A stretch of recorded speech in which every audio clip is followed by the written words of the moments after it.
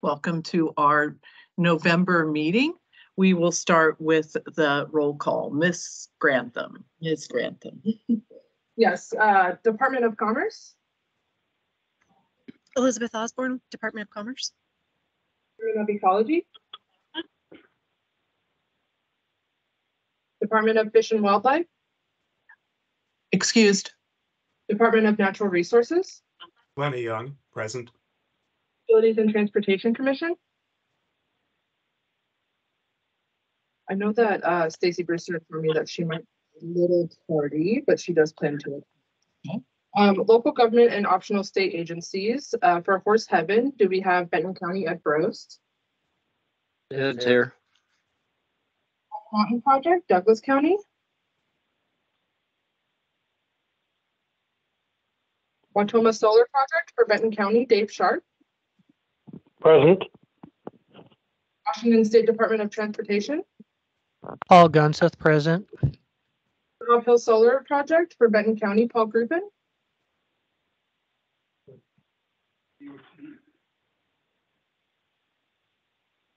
For the Carriger Solar Project for Klickitat County. And Chair, would you like me to go back to Mr. Griffin and Stacy Brewster at the end of the roll call to make sure they are here for a quorum? And Eli Levitt too. Yes. Okay. And then moving down to the generals, John Thompson. Chris Slocum. Zach Packer. Administrative law judges, Adam Torum. Laura Bradley. I'm actually on the line, yes. Oh, excellent. Thank you. Laura Bradley. Dan Gerard. Present. And Joni Deerfield. Deerfield, she's not present. Deerfield. Okay, thank you. For council staff, Sonia Bumpus.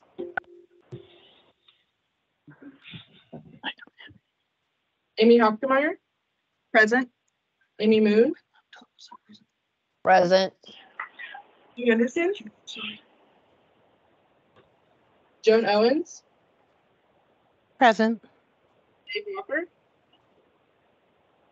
Sonia Scavland. Present. Elisa Massengale. Sarah Randolph. Present. John Green. Present. Nancy Caputo. Present. John Barnes. Present. Osta Davis. Oh, Osta is no longer with us. Apologies. Joanne Snarsky. Present. Alex Shiley. Present. Ali Smith. Allie Smith, present. Carl Halapa. Carl Halpa, present. For the operational updates, Pinchas Valley Wind Project. Eric Melbardis, present. Wild Horse Wind Power Project. Jennifer Galbraith, present. Grace Harbor Energy Center.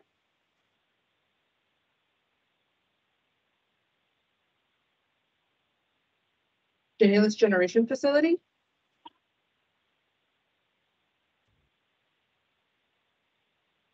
Columbia Generating Station. Felicia Nahara Paxton is present. Columbia Solar. Thomas Cushing, present. And Goose Prairie Solar. Jacob Christ, present. And do we have anyone present for the Council for the Environment? Sarah Reineveld, present. Thank you. And I will circle back to council members quickly. Do we have Department of Ecology, Eli Levitt, present? Yes, this is Eli. Thank you. And do we have Utilities and Transportation Commission, Stacy Brewster, present?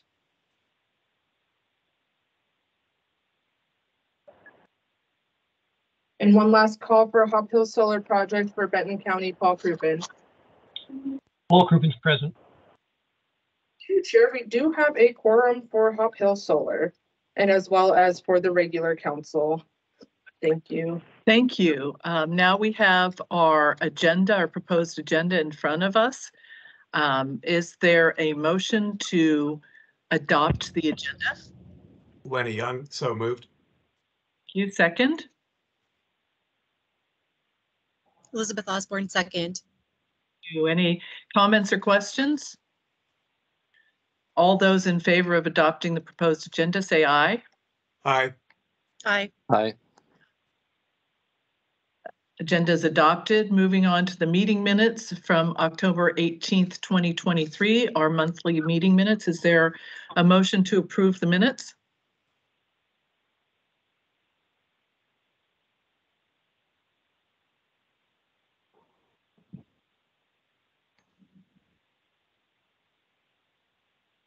Ms. Osborne, I move that the minutes are adopted. Sorry Thank about you. that. fine. Lenny Young, Second, second. thank you. I did not find any edits or changes. Anybody else have any comments or amendments? Hearing none, all those in favor of approving the meeting minutes, please say aye. Aye. Aye. Aye. Opposed? Minutes are approved. Moving on to our operational updates, Kittitas Valley Wind Project. Mr. Melbardis. Good afternoon, Chair Drew, FSEC Council and staff. This is Eric Melbardis for the Kittitas Valley Wind Power Project on behalf of EDP Renewables. We had nothing non-routine to report for the period. Thank you. Wild Horse Wind Power Project, Ms. Galbraith. Yes, thank you, Chair Drew, council members and staff. This is Jennifer Galbraith with Puget Sound Energy providing updates for the Wild Horse Wind Facility. I have a couple of updates for the council this month. The general elk hunting season began on October 28th and ran through November 5th. In accordance with the Wild Horse Hunting Plan, additional security measures were implemented during that time to ensure the safety and security of the hunters, the general public, and wind project personnel and facilities. The Kittitas County Fire Marshal's Office conducted the annual Fire Life and Safety Inspection on October 16th, and we remain in compliance with the requirements. And that's all I Thank have. you. Thank you. Moving on to the Chehalis Generation Facility. Mr. Smith? Or Ms. Good Randolph? afternoon, Chair Drew. Go ahead.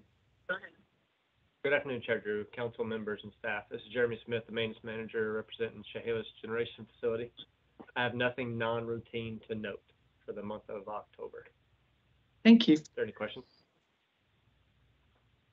Any questions? Thanks.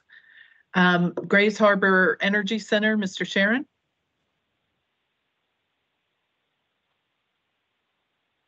Or Ms. Randolph?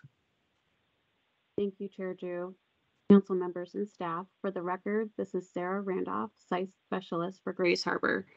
There were no non-routine updates to report. Thank you. Columbia Solar, Mr. Cushing? Good afternoon, Chair Drew, council members, FSEC staff. This is Thomas Cushing speaking on behalf of Columbia Solar. There are no non-routine updates to report. Thank you. Columbia Generating Station and WNP 1 and 4, Ms. Nahara Paxton. Good afternoon, Chair Drew and Council. This is Felicia Nahara Paxton for Energy Northwest. For our facility, we have just an update that we're going to have a fire marshal inspection, re-inspection coming up at the end of this month, and otherwise it's normal operations. Thank you. Thank you. Goose Prairie Solar, Mr. Christ. Good afternoon, Chair Drew, FSEC Council and staff. So this is Jacob Christ for the record, Senior Project Manager on behalf of Brookfield Renewable, providing the Goose Prairie Solar update today. So for the construction updates, the substation build out is currently on hold until our second main power transformer arrives in early December. The mainline roads, branch roads, basins, and the site grading is complete or nearing completion. So we've commenced pre-drilling, pile driving, and perimeter fence activities, along with some medium voltage cable install, and then our typical ongoing environmental inspections weekly by WSP And then just for the public outreach update, we've been reporting on, so November 1st, we held our charitable giving event at the site where we provided a monetary donation to the city of Moxie, and our EPC contractor donated the 6 defibrillator units to the Moxie Police Department. So we feel that it was a pretty successful event, and we appreciate you, Chair Drew, attending and all of the others who attended. Any questions? I just want to thank you for hosting the event. I was really pleased to be able to have a tour of the construction and the work that's been done on the grading and environmental preparation of the property, as well as the beginning of the construction. So thank you for all of that, as well as for your donations to the local community. Thank you. Moving on to High Top and Ostria, Ms. Randolph. Thank you, Chair Drew. For the record, this is Sarah Randolph, Site Specialist for High Top in Austria. FSEC staff are continuing to work with the developer on pre-construction requirements and plans. We have no further updates at this time. Thank you. Whistling Ridge project update, Ms. Hofgemeyer. Thank you, Chair Drew. For the record, this is Amy Hofgemeyer. Staff are working to schedule the hearings for the Whistling Ridge extension request and transfer request. Details of the hearings will be announced once they're available. Are there any questions? Thank you. Desert Claim, Ms. Moon. Good afternoon, Council Chair Drew and council members. This is Amy Moon providing a project update on Desert Claim. At the last council meeting on October 18th, the council approved Resolution 353, Amendment Number 2 to the Desert Claim Wind Power Project Site Certification Agreement, or SCA. The approval was to extend the term of the agreement by 5 years for substantial completion to November 13th of 2028. This extension was to allow additional time for the certificate holder to secure a long-term power purchase commitment. Additional staff recommendations at that time in the resolution were 1, to apply to the Federal Aviation Administration, known as the FAA, for approval to install an aircraft detection lighting system, known as an ADLS, as required in the revised Code of Washington 70A.550.020. And the second staff recommendation was to amend the SCA to require the certificate holder to include in its waste management plan a commitment to recycle project components, both during operation and maintenance and at decommissioning when recycling opportunities are reasonably available. And the third staff recommendation was to require the certificate holder to submit for the council's review prior to micrositing an analysis of the feasibility of placing all turbines more than 0.5 miles from non-participating residences to avoid dominating views from these sensitive viewing locations. As a result, the site certification agreement was updated to include those changes listed in that Resolution 353 or 353 Amendment 2.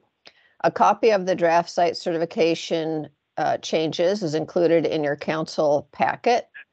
And to go over that, the individual requirements that were made to the SCA are in Article 4, plans, approvals, and actions required prior to construction to apply to the FAA to install ADLS and submit a feasibility analysis to the council to place turbines more than the 0.5 miles from non-participating residences. That's on pages 20 and 23, respectively. Updates to the SCA regarding recycling components were made to Article 5, project construction, on page 28. Article 7, project operation, on page 33. And Article 8, project termination, decommissioning, and site restoration, on page 34. The revised SCA was posted for public comment ahead of today's meeting, and no comments were received. Does the council have any questions? Are there any questions from council members? So this is last month we directed the staff to update the site certification, which has been done, and that will now be in effect going forward. So appreciate the update. There's no further action. Thank you, Ms. Moon.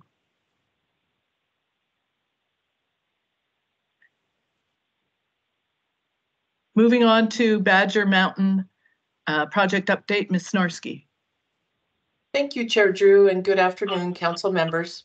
For the record, this is Joanne Snarsky, the siting specialist for Badger Mountain Solar.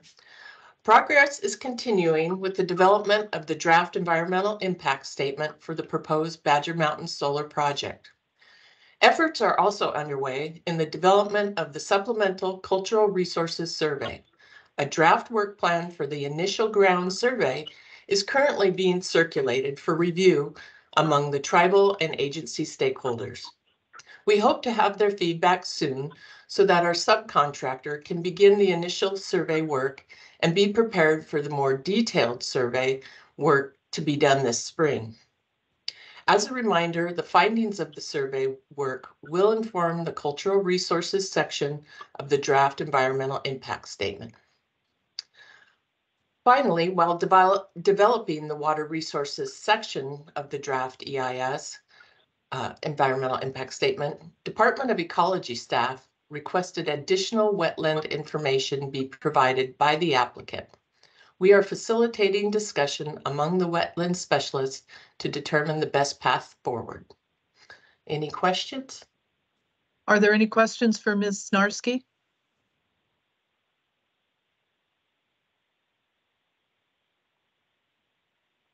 Thank you for your update. Watoma Solar, Ms. Hofkemeyer. Thank you. For the record, this is Amy Hofkemeyer. The applicants for Watoma Solar Energy Project recently submitted the Supplemental Cultural Resource Survey requested by FSEC and the Department of Archaeology and Historic Preservation. We are presently reviewing the report for compliance. The Yakama Nation Cultural Resource Program staff requested some additional time to complete their review. We expect their comments within the coming weeks. Once we have concurrence from DAP, the Department of Archaeology and Historic Preservation, we will prepare our SEPA threshold determination. Are there any questions? Are there any questions for Ms. Hofkemeyer? Thank you. Hop Hill Solar project update, Mr. Barnes. Thank you, Chair Drew and council members. For the record, this is John Barnes, FSEC staff for the Hop Hill application update for October. We are continuing to coordinate and review the application with our contractor and contracted agencies and tribal governments. A land use order of inconsistency has been drafted by our administrative law judge and reviewed by our assistant attorney generals. Our AAG is available on the call if there are any questions. The land use order was placed on the FSEC website for public review and comments ahead of this meeting. No comments were received. At this time, staff recommends the council vote to approve the land use order now in front of you. Are there any questions? Are there any questions for Mr. Barnes or for John Thompson? Judge Gerard is also on. Oh, and the line Judge if there are Gerard is, questions. thank you. Judge Gerard is also on the line. Council members, you've received the information about the recommendation for that the project is inconsistent with the land use rule, regulation, and zoning. So is there a motion to support that recommendation? Lenny Young, so moved. Thank you. Is there a second? Stacy Brewster, second. Thank you. Any questions or comments? Okay, I think it's a pretty straightforward action. All those in favor of finding that the land use is inconsistent for Hop Hill Solar Project, please say aye. Aye. Aye. All those opposed? Motion is adopted. The order has been supported by the council. We will post that following the meeting. Okay, moving on to Carriger Solar. Thank you, Chair Drew and council members. For the record, this is Joanne Snarski, the siting specialist for Carriger Solar. FSEC staff continue to work with the Carriger Solar applicant to address anticipated visual impacts to the proposed project. In accordance with RCW 80.50.090 sub 3 sub A, the applicant is allowed to provide clarification or make changes to the proposal to mitigate the anticipated environmental impacts. We are currently in the process of evaluating the needs for supplemental visual simulations to help us better understand those potential impacts.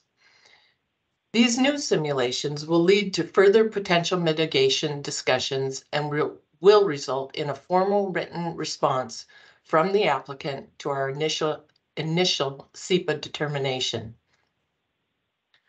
Staff, with support from our Assistant Attorney General, are nearing completion of an interagency agreement for the completion of a traditional cultural property study by the Yakama Nation for the site.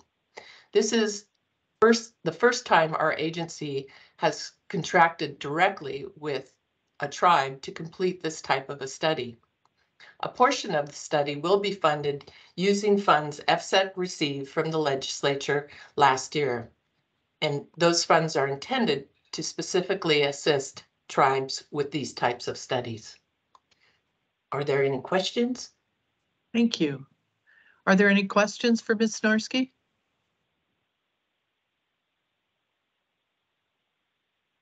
Thank you for your report.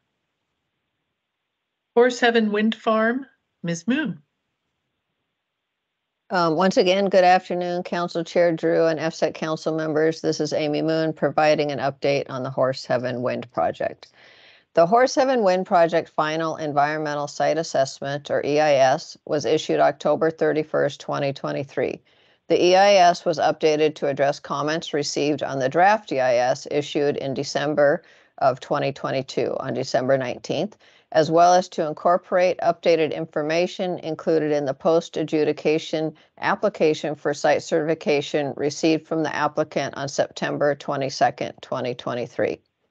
The council requested to speak with subject matter experts, commonly known as SMEs, to better understand information and mitigation presented in the final EIS. Thus, a meeting is scheduled for Wednesday, November 29th at 1:30 p.m. in order to speak with those SMEs. Does the council have any questions? Are there questions from council members for Ms. Moon on this update? Okay, thank you. Oh, no questions. So then I'm going to introduce Sean Green. Has a presentation for the council regarding next steps for the final EIS. Thank you. Mr. You're Green. welcome. You're welcome. Thank you. Good afternoon, Chair Drew and council members. For the record, this is Sean Green, SEPA specialist for FSEC, and I'm going to try to share my screen right now for the presentation.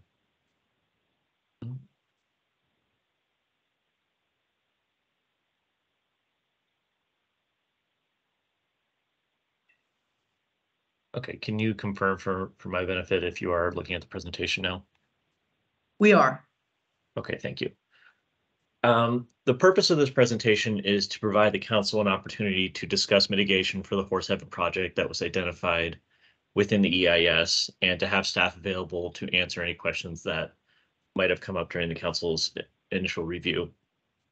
Before we start going through that fairly extensive list of mitigation, however, there are a few relevant topics that I wanted to go through that I think will help the council understand its authorities, responsibilities, and the next steps with regard to the Horse Heaven project. First, I wanted to explain based on Washington Administrative Code what the purpose of the EIS is, which is to inform decision makers and the public of significant environmental impacts, reasonable alternatives, and mitigation measures that would avoid or minimize adverse impacts. For private projects, such as the one before the council right now, Horse Heaven, the EIS is only required to evaluate reasonable alternatives for achieving the proposal's objective on the same site and the no action alternative. The EIS for Horse Heaven is inclusive of multiple design and construction alternatives to the proposed action, most notably the 2 turbine options that are outlined within the EIS. Options such as solar only or wind only facilities were not addressed within the EIS as they would not have met the proposal's stated objective in terms of energy production potential. And how the EIS relates to SEPA is that the EIS is not required to evaluate and document all possible effects associated with a project. Rather, it focuses exclusively on environmental impacts and is intended to be used in concert with other relevant documents by decision makers. SEPA contemplates general welfare, social, economic, and other considerations of state policy, and SEPA actively encourages decision makers to seek out other relevant documents to review in concert with the EIS to make a final determination. So any relevant documents from the adjudication process, council members' independent research, or produced by staff are intended to be treated with equal respective consideration. And on the left of this slide is a flowchart of the FSEC site certification process with stars currently placed at the relevant current steps in the process. And the next step that will happen from here is the council's review of the EIS and other relevant documents, and the council is will have to make a recommendation to the governor. That recommendation can either be a recommended approval of the project, along with a draft site certification agreement that would incorporate any conditions and mitigation that the council deems appropriate for that project, or the council may recommend rejection of the proposal to the governor. And within 60 days of receipt of the council's recommendation, the government will take one of 3 actions. They will either approve the application and execute the site certification agreement, reject the application, or remand that application back to FSEC and direct the council to reconsider certain aspects of the SCA, the site certification agreement. In terms of authorities that the council has the authority to deny the proposal in its entirety based on the finding of significant adverse environmental impacts within the environmental impact statement. It should be noted that the council is not required to completely eliminate significant impacts through mitigation for a project as a condition of approval. So the council may either deny the proposal as it stands due to the significant impacts that have been identified, or approve the proposal with the identified significant impacts. The council may also condition the proposal to exclude the possibility of specific project elements, actions, or areas based on the environmental impacts identified within the EIS, they can additionally impose mitigation measures beyond those recommended by staff within the EIS if the council believes that the measures are insufficient to address impacts that have been identified. When developing mitigation, the council is authorized to do so through. Can we pause for just a moment? Neil? Yes. Because a lot of information being put forward. Sure. Are there any questions at this point from council members?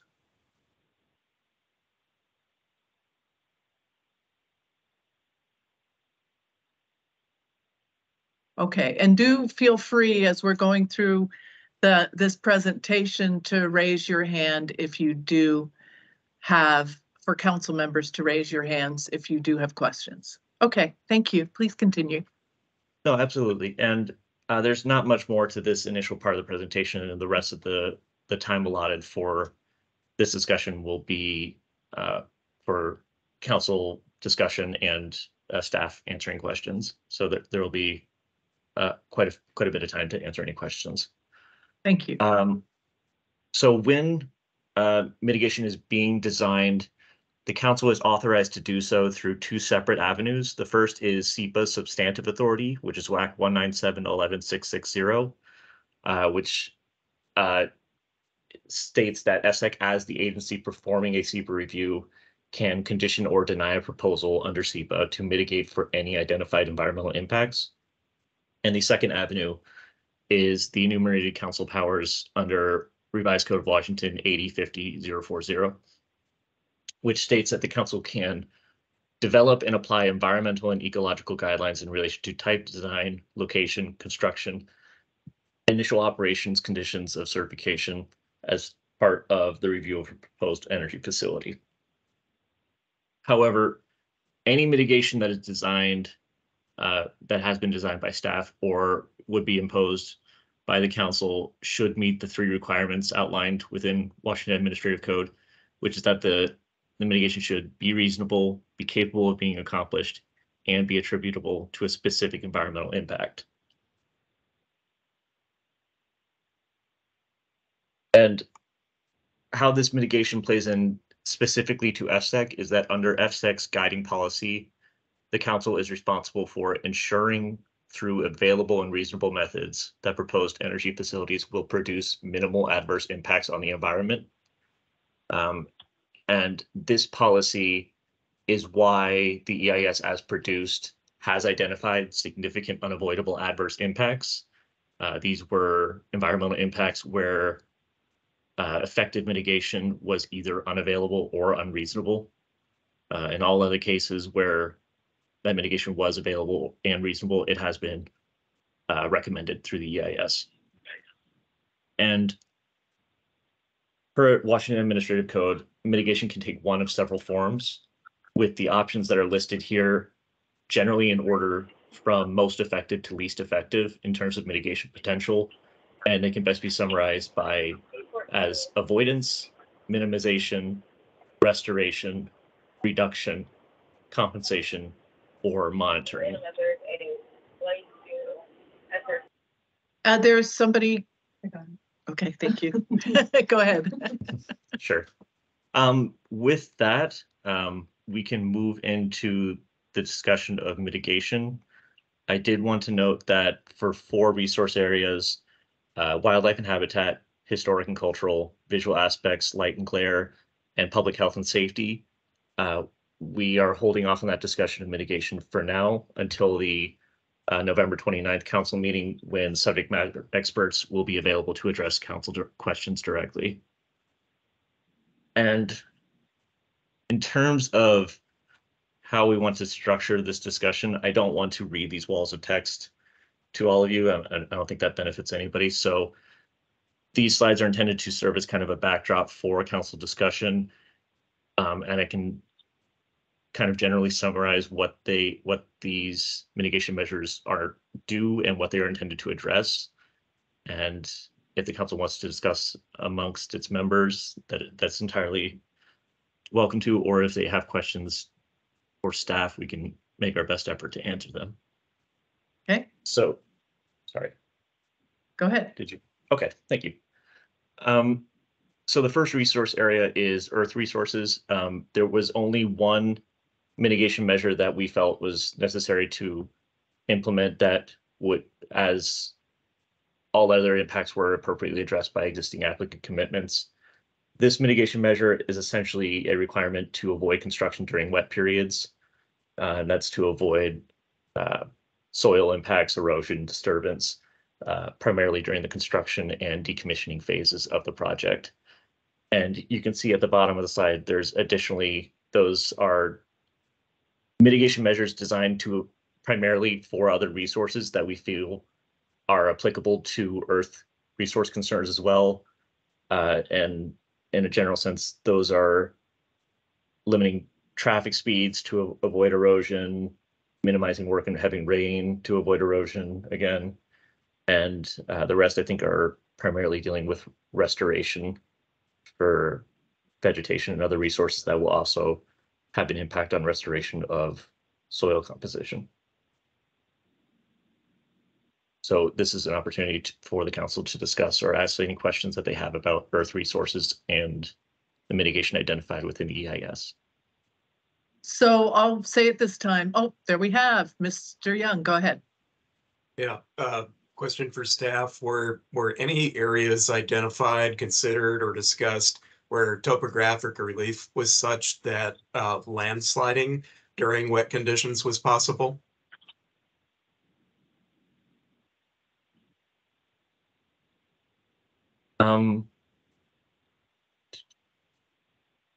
Not that I'm aware of. So. If there were any, it would be spelled out within the EIS, but I can't recall of any areas where that was a significant concern. Thank you.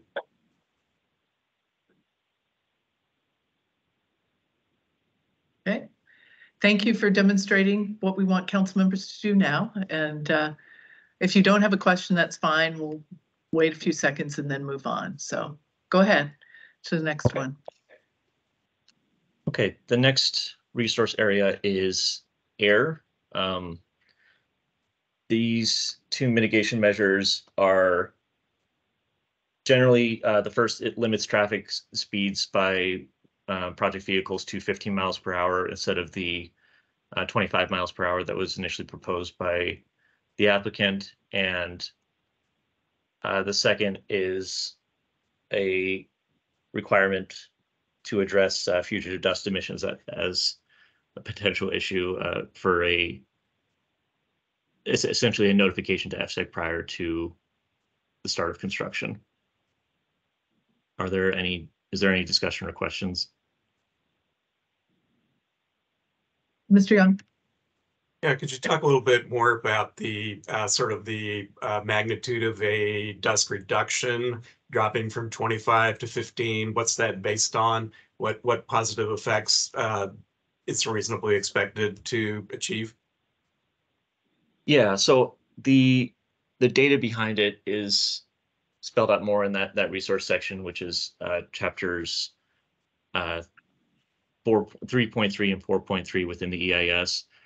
But the general understanding is that the primary method through which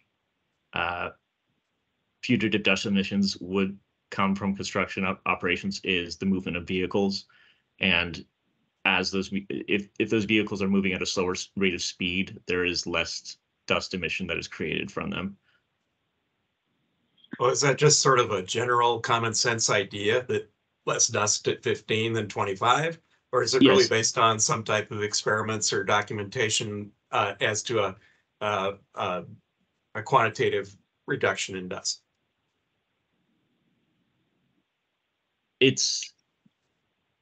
I don't know that we actually did emissions modeling for 25 miles per hour and 15 miles per hour. But the 15 mile per hour rate is standard in other states within the area. I know that California is one, and it's a measure that we've implemented in other FSEC projects with the same goal. It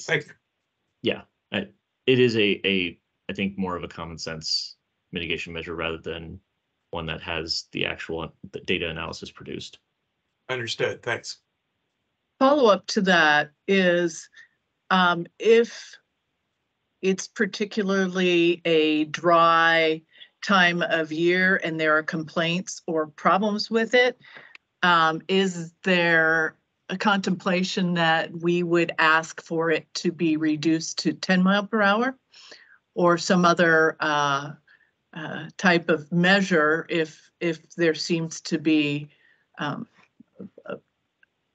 a significant problem? So there are emissions limits associated with fugitive dust. I don't think that the project is likely to exceed those limits, which would necessarily trigger further mitigation at either of these speeds. So I guess the concern would come about through members of the public, and I don't, the mitigation as written doesn't allow for a further reduction, but that there are several mitigation measures that do require constant communication with the applicant and negotiation with FSEC, where I think that could be applied if we believed it was necessary. I'd like to jump in and add, lowering to 15 is also in consideration that it's a relatively dry area. Alternatively, during times where it's not as dry, is where we would be cautious of having road traffic contributing to erosion. So part of the reducing to 15 is in consideration that it's generally a dry area. Okay. And then Mr. Young and then Ms. Brewster. Are there any places where accumulated road dust would possibly enter fish-bearing waters during rainstorms as in the form of runoff, or just directly enter into such waters through other means? Yes, so we do have a number of plans under the water resource mitigation section that deal with runoff and best management practices for wetlands and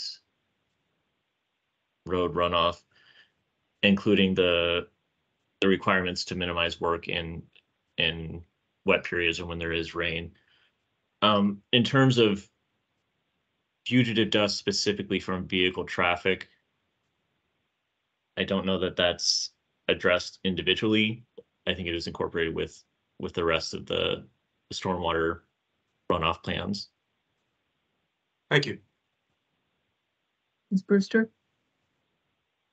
Yeah, I was just curious, is there a mechanism for validating compliance for these speeds on roads? I know with large construction crews that might be hard to actually monitor or enforce. Yeah, I understand the question. Obviously, we're not going to be in a position where we have people out there with radar guns looking at every project vehicle. FSEC is involved throughout the operations of construction and operations of these projects. So any case where the speed limit is being exceeded by project traffic, they would be in violation of the site certification agreement. So no, there is not a method through which we are regularly monitoring speed of project vehicles that I'm aware But we of. will have monitoring on site on a regular basis, not like you said, Yes, specifically looking at speed, but perhaps would notice if it was excessive. Yes. Okay, is there an opportunity for, say, residents, if they were noticing it, to report to FSEC?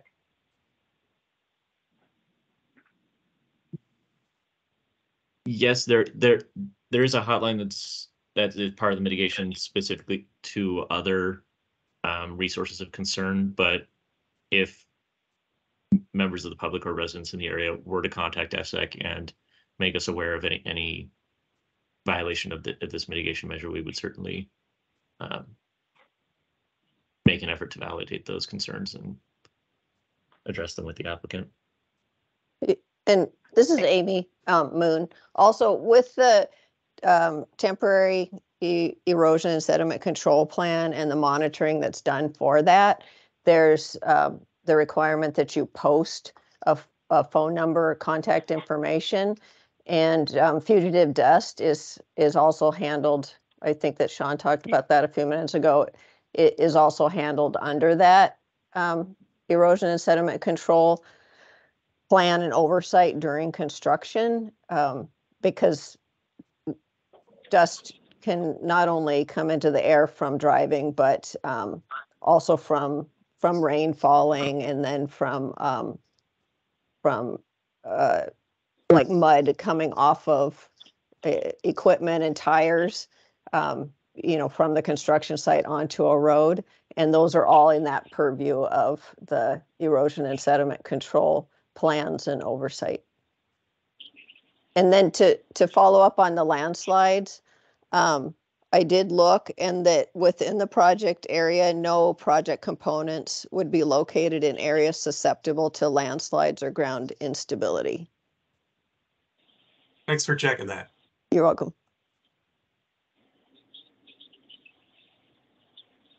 Hey, any other questions on this measure? This is Ed Brost. I have one.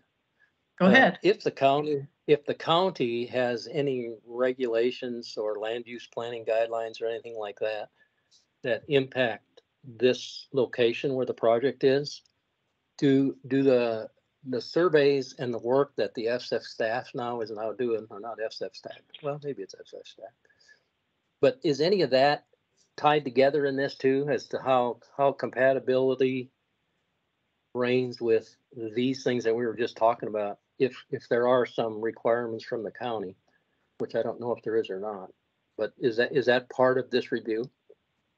Consistency with the Benton County plans? For clarification, are you talking about like construction requirements that are identified outside of the land use review that the council is already? Yes, yeah. Just is that part of the requirements that we're trying to assess whether they're being implemented, or is that a Benton County effort Yes. by themselves if they have some? Okay. So is this process consistent with the counties, or that's just a separate thing and it's not part of our deliberation that we do to make our decision, that we review to make our decision? It's part of the review. If you look at the sections within the EIS that cover the existing regulatory requirements, facilities applying through FSEC are required to demonstrate consistency and compliance with local requirements as well as federal and state. And so those local requirements for these topics are also reviewed in our analysis of what we would require for mitigation on top of, or what we would recommend for mitigation on top of what is already required. And that includes the county requirements. Okay. I think you paraphrased that question a lot better than I did.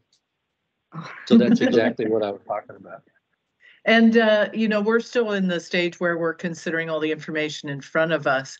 If a project is approved, recommended by the council and approved by the governor and moves forward to construction, as we recently have had, there will be opportunities for the county to be involved in the construction plans and to review the plans and to participate in monitoring through contract with us if they so desire. Sometimes the counties want to, sometimes the counties don't want to. But they should this project move forward like others have, that would be a place where would be an opportunity for the county to participate in that as well. Okay, thank you. Good questions. I think we can move on from this one. Okay. There we go. Okay. Next resource area, there's more than just these 3 mitigation measures. I tried to indicate in the bottom left how many slides there are for each resource area where we exceed 1. So the first 3 that are relevant to water are essentially a requirement that the applicant observe least risk fish windows in terms of timing construction in ephemeral and intermittent streams. The second is minimizing work during periods of heavy rain. And the third is a requirement that if check dams are required for work in ephemeral or intermittent streams, that they be approved by FSEC in coordination with WDFW and ecology prior to use. These all 3 primarily address potential construction, potential water impacts associated with the construction of the project. Are there any questions regarding these first 3?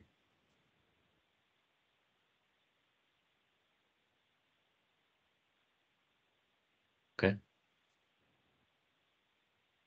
So the next two mitigation measures are a requirement that the applicant would adhere to culvert installation best management practices as defined by the the U.S. Department of Agriculture.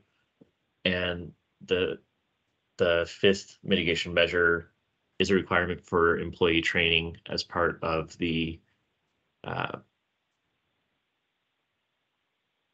pardon me, I'm forgetting what the SPCC stands for. Stormwater pollution. Spill pollution, Thank spill prevention, control and countermeasure plan. Sorry, I tried. Yeah. Mr. Young. Oh, go ahead. How do the USDA BMPs compare to the State Department of Fish and Wildlife culvert standards? I do not know the answer to that question, but I can look into that. Thank you.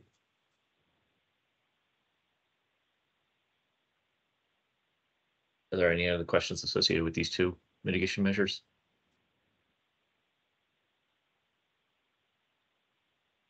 Okay. The next three are a requirement for the creation of a stormwater pollution prevention plan for work within the micrositing corridor adjacent to any identified wetlands, and that it would be in adherence with the BMPs for the Stormwater Management Manual for Eastern Washington. The seventh is a requirement that any transmission lines avoid temporary disturbance within the 100-year floodplain, so that the transmission towers are sited outside of the floodplain and the lines actually span the area. And the eighth is a requirement that spill response equipment be stored in every vehicle accessing the site during construction, operation, or decommissioning of the project to avoid or to minimize the potential impacts associated with accidental spills. Are there any questions regarding these mitigation measures? Mr. Young? I'm trying to envision what type of spill response equipment it would be feasible to equip in every vehicle. Is the type of spill response equipment specified? Would that be in the site certification agreement? I can, sorry. I can check to see whether we actually outline the specific equipment. Yeah, I think that there are like vehicle kits that are available for spill response equipment. We can look into the specificity that's there and certainly add specificity. How about also, I mean, it seems like what's up on the screen right now, just my first impression is that it might be designed to control spills of fluids from the vehicle itself. But what about any type of spill response equipment that would need to be on site more generally for a more major spill response that could result from a more significant accident? That is incorporated within the EIS. I believe that our finding was that the applicant commitments in regard to spill response equipment and planning and training was sufficient to address the potential impacts associated with that. Okay, and this was sort of supplemental yes. Here in W8 with respect to vehicles? Yes. Thank you. Yeah, Lenny, there's generally within vehicles and then outside of vehicles in specific locations, there's things to contain a spill, to soak up a spill,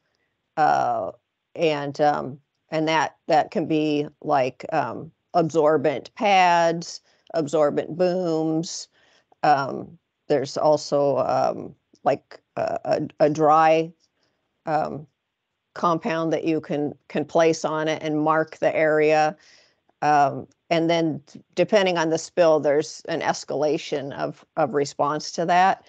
And of course, the utmost importance is to protect any sort of waterway and to stop a spill from migrating. And that, like was stated earlier, that the applicant has some commitments with that, as that's part of basically every construction job, and Ecology is well versed in the spill equipment that's required. It's part of a long list of best management practices that's published by Ecology that FSEC also adheres to when we're doing project management.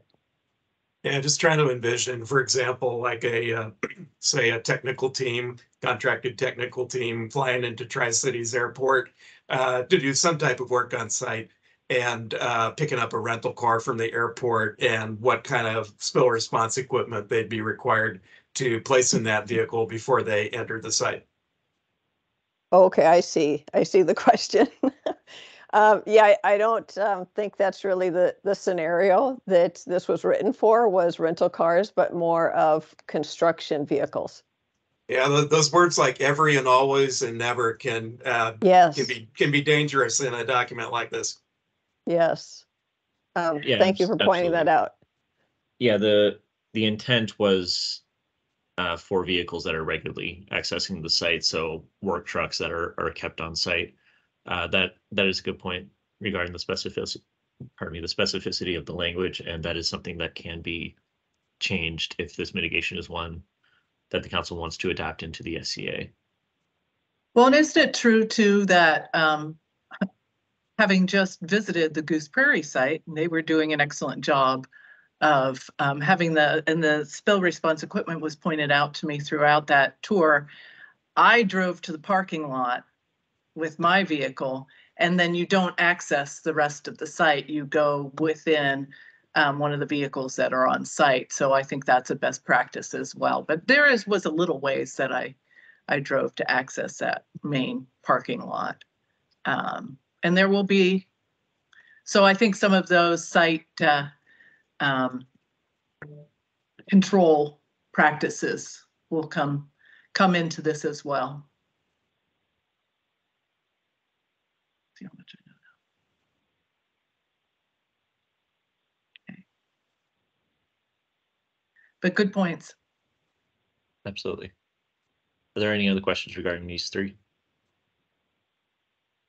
Or discussion? Okay. And the final mitigation measures associated with water are to essentially minimize water use, especially in times of drought or water shortage. And again, in scenarios of drought or water shortage, the W10 mitigation would require rescheduling of regularly scheduled panel washing for the solar arrays. And W11 is specific to the proposed concrete batch plant that would be used during the construction of the project, requiring essentially a minimum 100-foot buffer be applied to all map streams and water bodies. And the batch plant would not be allowed within that 100-foot buffer. Mr. Young? With respect to W10, I'm not familiar, but it is just plain pure water used for washing, or are there solvents and detergents that are mixed in there to more effectively wash the panels? And if so, how would that be consistent with recycling? Yes. So solvents can be added, but the applicant has made a commitment to only use pure water for the panel washing as part of this project. Thank you.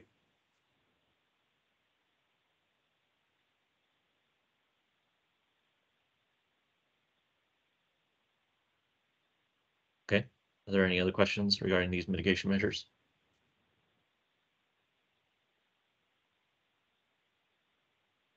All right, moving on to vegetation. The first mitigation measure is essentially a requirement to avoid removing or disturbing any trees within the lease boundary. There aren't that many trees within this area, but there's also an extension of that mitigation where if tree disturbance is required for any part of construction, that it not be done prior to approval by FSEC, and we would develop additional mitigation to accommodate for that necessary impact. To my knowledge at this point, I don't believe the applicant is proposing any disturbance to trees. Any questions on this one?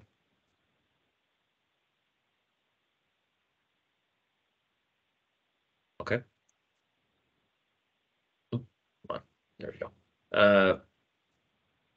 Next is the requirement of pre-disturbance surveys for special status plant species throughout the lease boundary or any areas within the lease boundary that would potentially be impacted by project actions.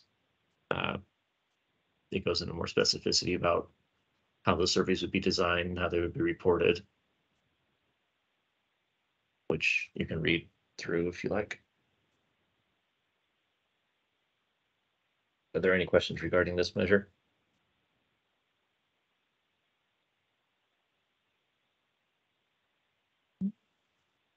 Okay.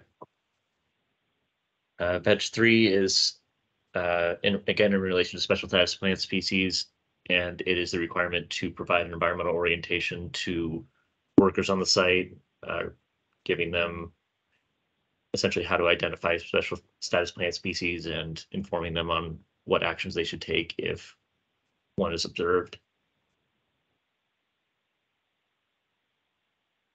Are there any questions regarding this measure?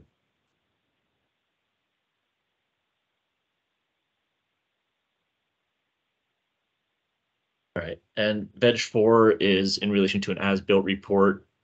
And that is a requirement that within 60 days of completing construction, the applicant provide an as-built report that documents the actual impacts that came as a result of construction. And this is to account for any impacts that exceed those that were anticipated, included within the EAS, and as part, and would require FSEC and the applicant to come to terms on mitigation measures for any impacts that were unanticipated as part of construction, including monitoring, compensatory mitigation under the existing offset ratios. So would this measure then apply to habitat, or do you have an additional one that's habitat? I'm thinking shrub steppe or some of the rabbit brush habitat. Is this the mitigation measure that would apply to that? And it's in addition to what was allowed for in the final EIS? Is that what I'm understanding? So there are mitigation measures specific to impacts on priority habitat. The purpose of this particular measure is to essentially say that the applicant anticipated that 60 acres of shrub steppe would be impacted by the construction of a solar array, and after construction, they do this as-built report and resurvey the area and find that it was actually 62 acres. If they have mitigation that had been pre-agreed upon prior to construction, that mitigation would need to be adjusted for the actual on-site conditions following construction. So this is to account for potential impacts that exceed those that were anticipated by the applicant and FSEC. Okay, thank you. Mr. Young? Could you talk just a little bit more about what the offset ratios are? Are those 1-to-1, or are those different than 1-to-1 for what reasons? So they are outlined within the EIS. They differ based on the specific habitat type and the type of impact, whether it is temporary or altered habitat impacts or permanent impacts. In general, for priority habitats and with permanent impacts, the ratio is 2-to-1. Priority habitats for temporary impacts is about 1-to-1. And for all of the habitats, they are below those ratios, depending on the importance of that particular type of habitat and the severity of the impact. And that there is a table within the vegetation section that actually outlines all the ratios for all the habitat types. Thank you.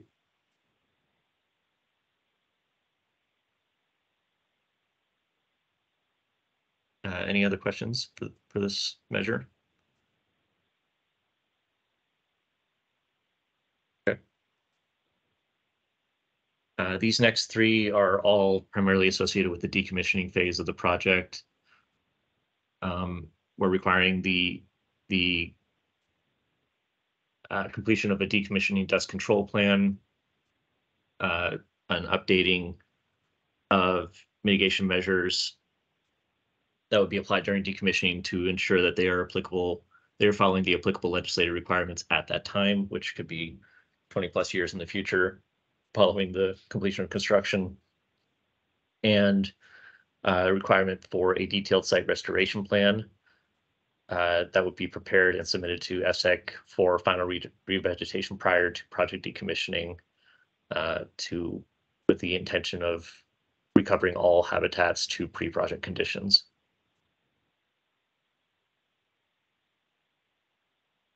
Are there any questions for these measures?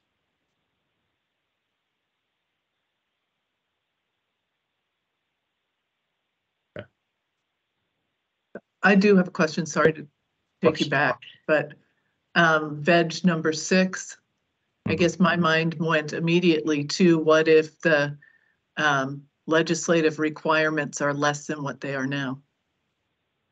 It kind of assumes it would be more. I think that if there was a reduction in mitigation or in legislative requirements following the execution of the site certification agreement, then the site certification agreement requirements would still take precedence. Let's make sure. For sure. Thank you.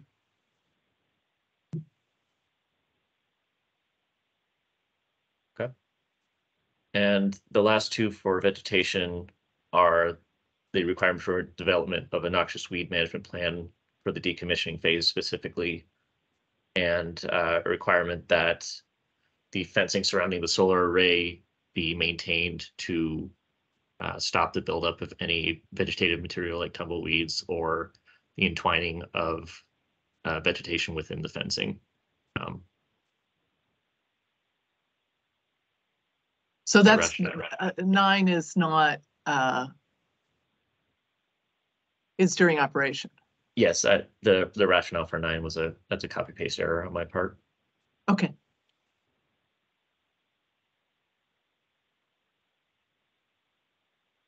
Okay. Any other questions? And then on the bottom, vegetation? the habitat Yes. ones, and are we going to see those as well? You will see those on the meeting or during the meeting on the 29th. Those are part of the wildlife section. Those address concerns that are related to vegetation as well. Thank you. Mm-hmm. Okay. Moving on to energy and natural resources. The first is the requirement that the applicant provide an executed agreement for water sourcing. The applicant has provided a potential source of water within the EIS that has been incorporated, but they are not able to execute that agreement until the project is actually finalized. The second is a requirement for high efficiency electrical fixtures, and the third is similarly for high efficiency security lighting. Both of those would reduce energy needs for the project. Are there any questions for these three? Any questions from council members?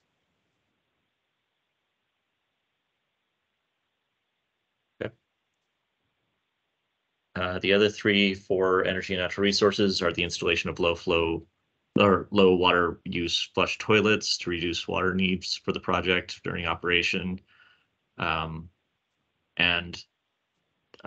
that the applicant would capture and recycle wash water to reduce water needs during operations again. And Energy 6 is a requirement to essentially recycle all project components that are capable of being recycled, either as raw materials or for reuse in other projects. And it incorporates there that as part of the applicant commitments, they have committed to removing all concrete foundations to a depth of, I believe, well, I don't know. The exact depth is outlined within the EIS. I don't remember the exact number, but there's a stipulation there that if any concrete foundations are being left, then they have to submit it to FSEC for approval and update their decommissioning plan accordingly to incorporate potential future or additional necessary mitigation. Ms. Brewster? Thanks. I'm just curious about the recycling of components. Does FSEC kind of track the ability for that recycling, or is that left up to the applicant? You're cutting out a little bit. Did you hear the question, Sean? I heard that it was referencing the recycling, but I didn't get the rest of the content of the question. Sorry, can you hear me better now? Yes. Okay. I was just curious about the recycling and whether FSEC monitors and determines what is recyclable, or is that left up to the applicant? That is a fair question. Do you know that? Decommissioning? I think that would be important to have. Yeah, we can make a note to. Yep. Yes.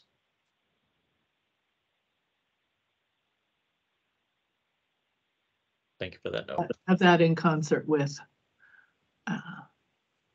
staff or council.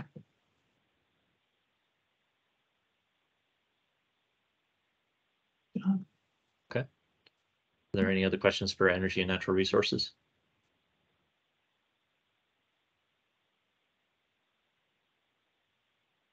All right.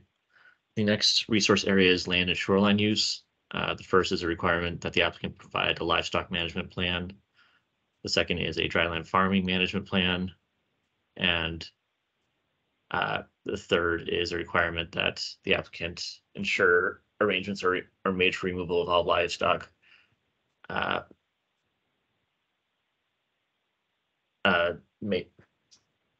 arrangements for removal of all livestock have been made during. Oh, okay, yes. So that livestock is removed when project actions are actually having during construction and decommissioning, so that there's no potential collisions with wildlife or with livestock. Are there any questions regarding these measures?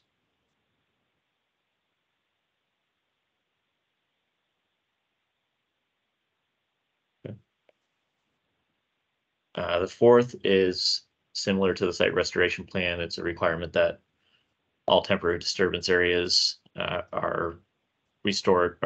Okay, so this comes immediately following construction. So temporary disturbances that occur during construction will be restored to pre-construction status immediately following construction. And LSU 5 is the detailed site restoration plan, which calls for the restoration of all site areas to pre-project conditions.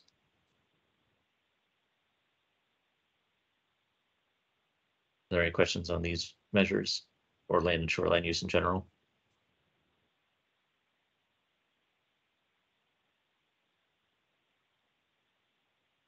Okay.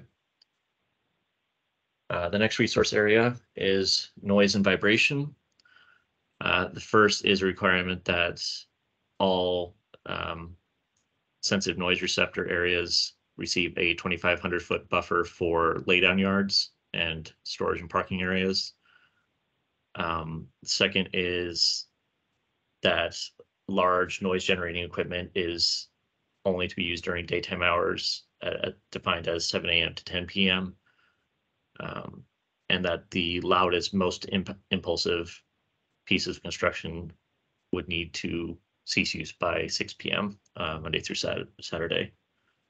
And that the third is that all construction activities that have the potential to impact sensitive noise receptors during nighttime operations be monitored and reduced if necessary so that they do not exceed state noise limits.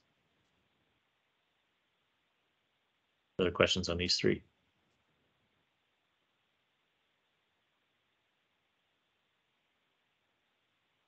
Okay.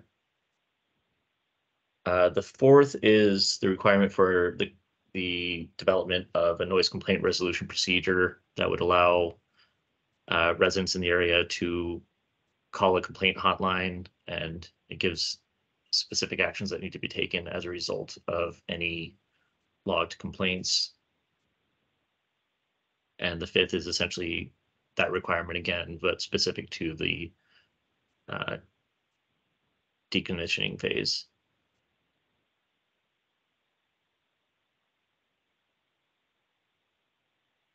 Are there any questions on these two?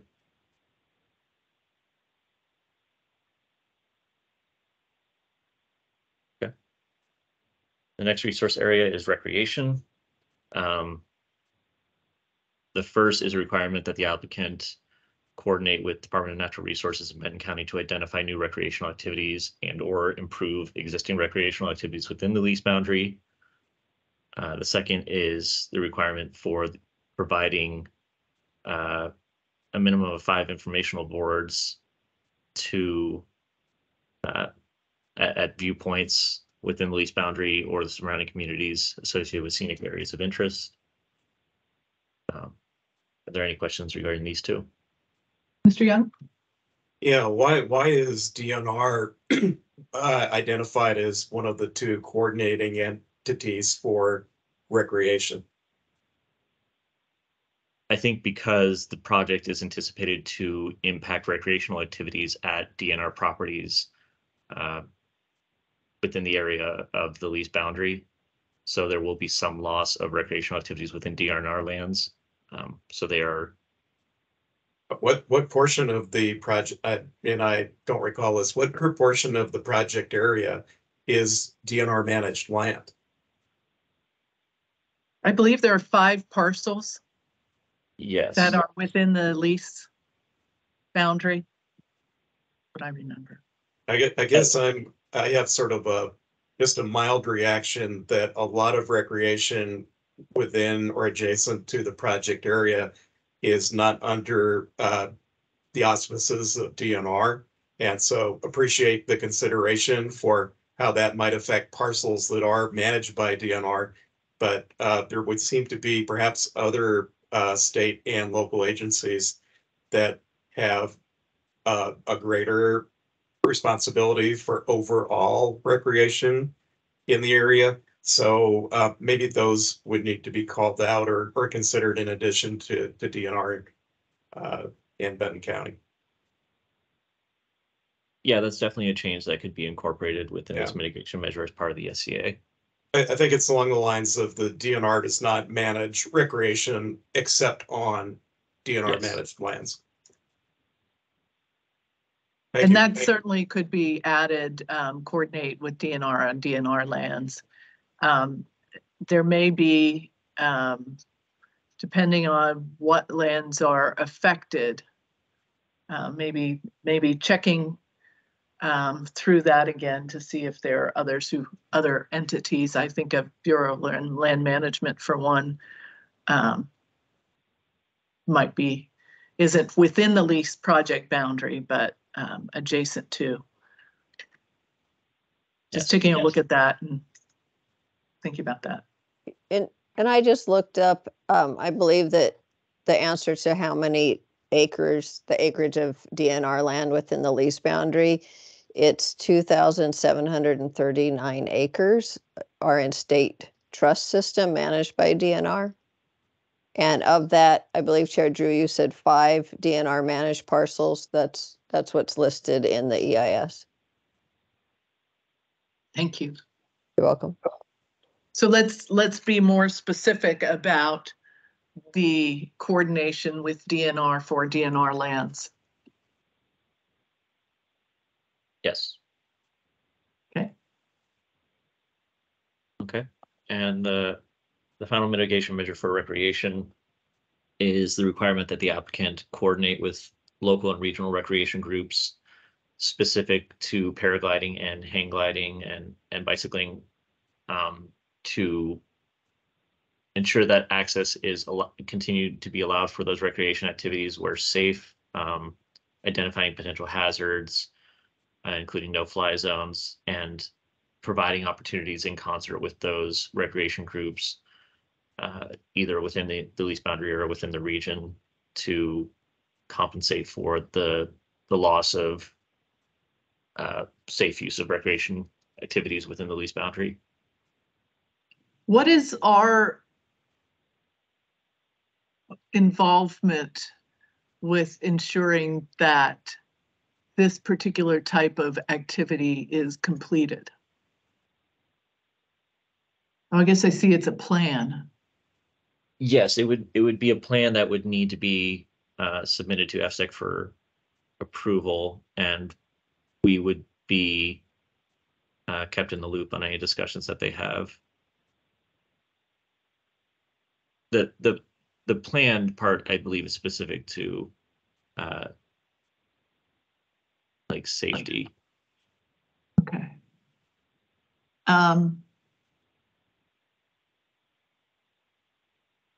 I want to think about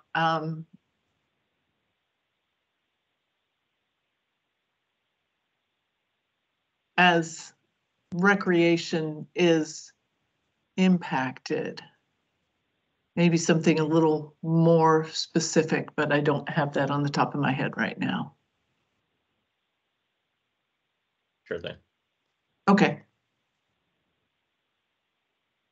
Just identify that as perhaps something we want to come back to. Absolutely. Okay. Or at least Any I other do. questions for recreation? Okay. Next is transportation. The first is essentially a requirement that the applicant develop procedures for loads that may be stuck at a railroad crossing. The second is that the applicant work with WashDOT and Operation Lifesaver to provide safety presentations regarding trains. And the third is the requirement that the applicant develop a traffic analysis prior to decommissioning specific to that phase of the project, since the one that was provided now is obviously primarily associated with the construction phase. Other questions on these three?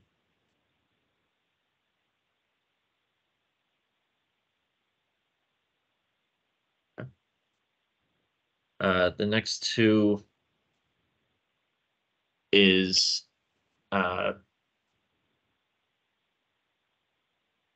associated with the decommissioning phase and its requirement for a route survey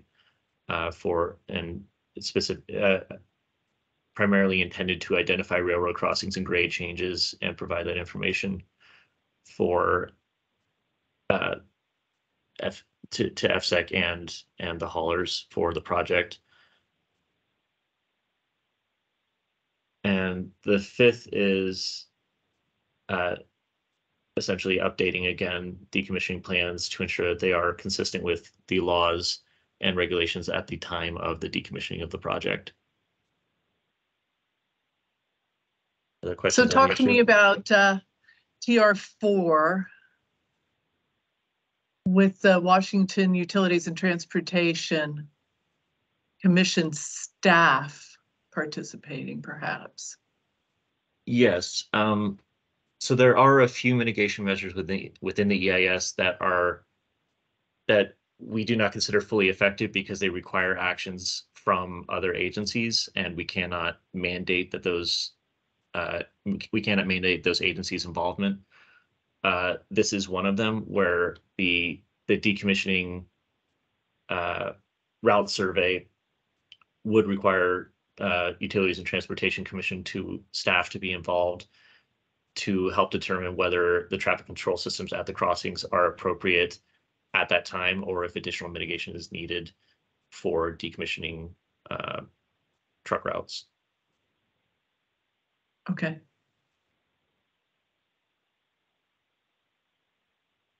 Thank you. Mm-hmm. Any other questions on these two?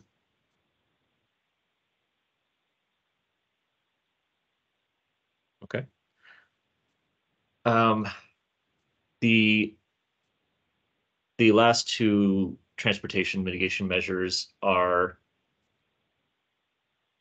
the first is the stipulation of the actual routes that have been identified within traffic impact analysis, and essentially a requirement that the applicant may only use those routes that were analyzed as part of that traffic impact analysis. And if other routes are desired for use, then supplemental analysis and approval by FSEC would be needed. And the seventh is a requirement that the applicant coordinate with WashDOT, Benton County, and FSEC prior to construction and decommissioning to identify intersections with potential safety concerns and develop mitigation measures. In our discussions with WashDOT, they have identified primarily lower cost mitigation measures like warning signs, rumble strips, to alert motorists of the potential safety concerns at those intersections. Are there questions on these two?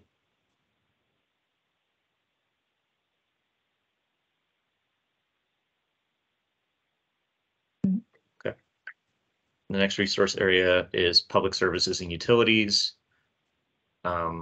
And this is just a requirement that the applicant use an appropriately licensed waste disposal facility for non-recyclable project components. And you can look up what ENR 5 and 7 are.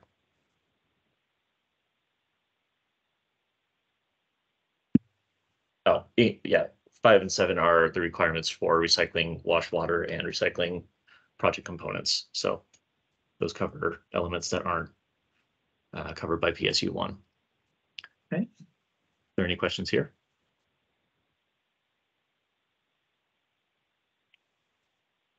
Okay. And the final resource area that we're covering in today's presentation is socioeconomics. And the only mitigation requirement that we believed needed to be imposed was essentially a housing analysis prior to decommissioning to account for any potential changes that have occurred since the construction phase of the project.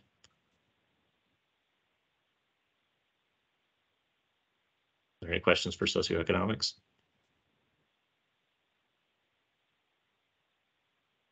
Mr. Young. Has the recommended mitigation here been correlated to all applicable Department of Labor and Industries requirements for temporary worker housing? The analysis that they would perform would be substantially similar to the one that was performed for the construction phase of the project, which I believe met the guidelines that you're discussing. Might not be a bad idea to specify in here in terms of what the applicant would be required to do, that it has to be consistent with and correlated with L&I requirements. That's certainly something we can add.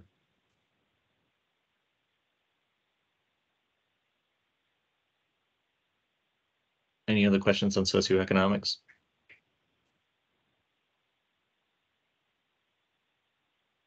Okay.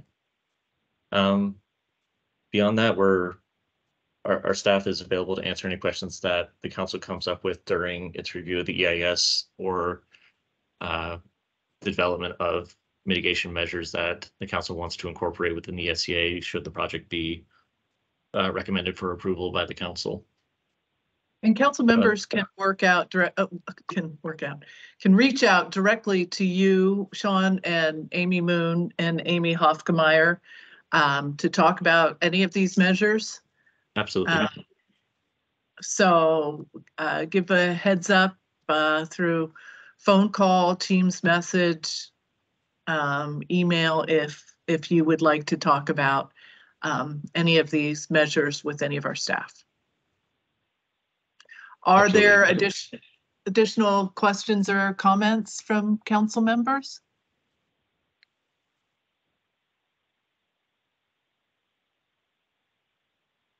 Ms. Osborne? Thanks, Chair Drew. I just wanted to check, Sean, is this presentation available for us to look at after we adjourn today? I don't think it was included with the council packet for today, but we can certainly make it available. Thank you. I'd appreciate that. It should also be posted following the meeting, I imagine. Okay. Yes.